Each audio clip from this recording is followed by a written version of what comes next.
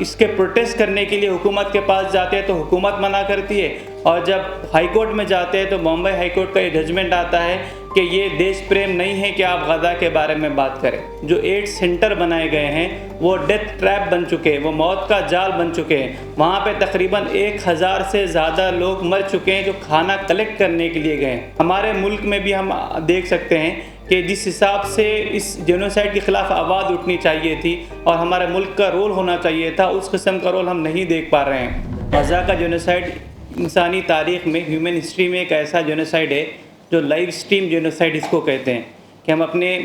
Mobile की स्क्रीनों पर लोगों को बिलखते हुए, बम गिरते हुए, मरते हुए और बच्चों को भूखा तड़पते हुए मरते हुए देख रहे हैं। तो ये किस किस्म की इंसानियत है कि एक लाइव स्ट्रीम जेनोसाइड आँखों के सामने हो रहा है और दुनिया की बड़ी ताकतें, दुनिया के अवाम जो है उसको रोकने में नाकाम है।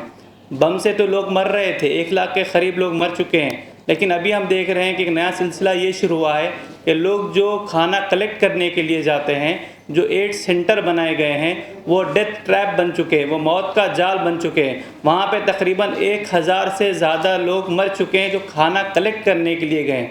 और भूख और प्यास से तड़पते हुए फिगर्स बताते हैं कि 100 से ज़्यादा लोग भूख और प्यास से तड़पते हुए मर चुके हैं। इसमें मेजॉरिटी जो है वो छोटे बच्चों की शामिल है। तो इस किस्म का हैबतनाक और दर्दनाक और वहशियाना और एक जानवरों की तरह जो है सलूक गज़ा के लोगों के साथ किया जा रहा है। तो इसको हम कंडेम करते हुए गज़ा के इस लाइव स्ट्रीम जेनोसाइड जो हो रहा है इसको रुकवाने के मुतालबे के साथ यहाँ पर जमा हुए हैं।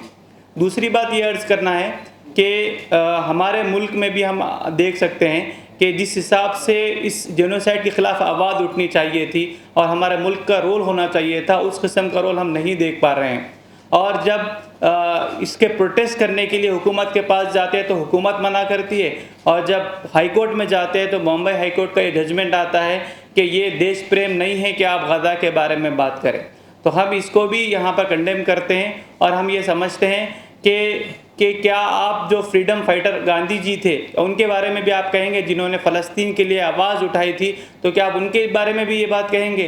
कि वो देश प्रेमी नहीं थे? हम ये सवाल करना चाहते हैं। हम ये समझते हैं कि फ़लस्तीन के लिए आवाज़ उठाना ये हमारी एंटी कॉलोनियल जो लेगेसी थी उसके लिए एक बहुत अहम चीज़ है और उसको हमको जारी रखना चाहिए। तीसरी बात हम यहाँ पर ये कहना चाहते हैं कि जो ख़ास तौर पे स्टूडेंट कम्युनिटी का इस पूरे जेनोसाइड के ख़िलाफ़ एक ताकतवर आवाज़ रही है, जो आप अपने अमेरिका की यूनिवर्सिटीज़ में देखा होगा कि स्टूडेंट्स इनकैम्पमेंट्स हुए और लोगों ने, स्टूडेंट्स ने बहुत ज़ोरदार आवाज़ उठाई। तो ख़ास तौर पे इस प्लेटफॉर्म से हम स्टूडेंट और यूथ कम्युनिटी से इस बात की गुजारिश करते हैं कि वो